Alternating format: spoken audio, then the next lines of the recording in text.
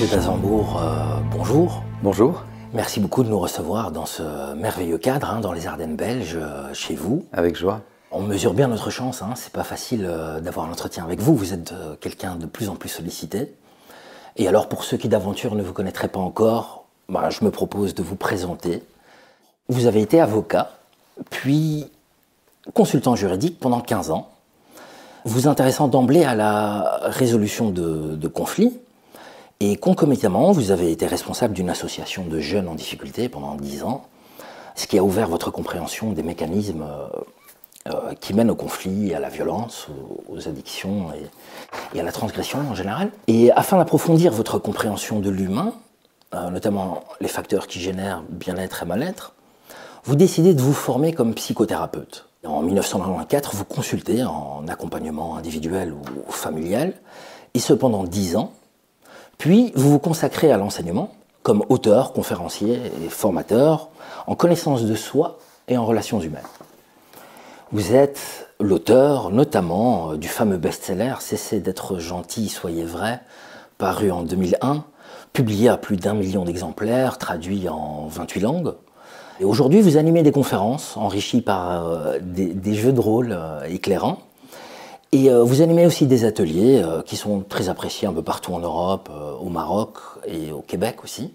Et alors vous proposez donc un travail de connaissance et de pacification de soi, notamment en permettant de déjouer les pièges de l'ego et de s'aligner sur son élan de vie propre et de mettre ses talents au service de la communauté. Et donc pour vous, le développement personnel profond est la clé du développement social durable. J'aimerais étayer cette présentation en précisant que vous avez accepté d'être l'ambassadeur de la Journée internationale du vivre ensemble en paix, qui fête ce 16 mai 2023 sa 6e édition.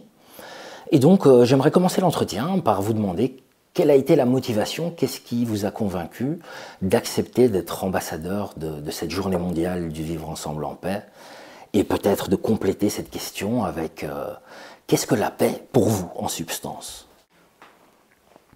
Cette journée correspond tout à fait à mon élan de vie depuis que j'ai choisi dans un premier temps d'être avocat. Je voulais aider les personnes à retrouver la paix à travers les conflits, conscient que nous n'éviterons pas les conflits, mais nous pouvons nous outiller pour mieux les traverser. Et de fil en aiguille, j'ai réalisé que s'il y a tant de conflits, c'est que les gens ne s'expriment pas clairement et n'écoutent pas clairement les autres, et que pour apprendre à bien s'exprimer et à bien écouter, ça demande qu'on se connaisse, ce qui m'a amené à me former comme psychothérapeute, à être en thérapie d'abord moi-même, pour mieux connaître le premier humain dont j'ai la charge, qui est moi.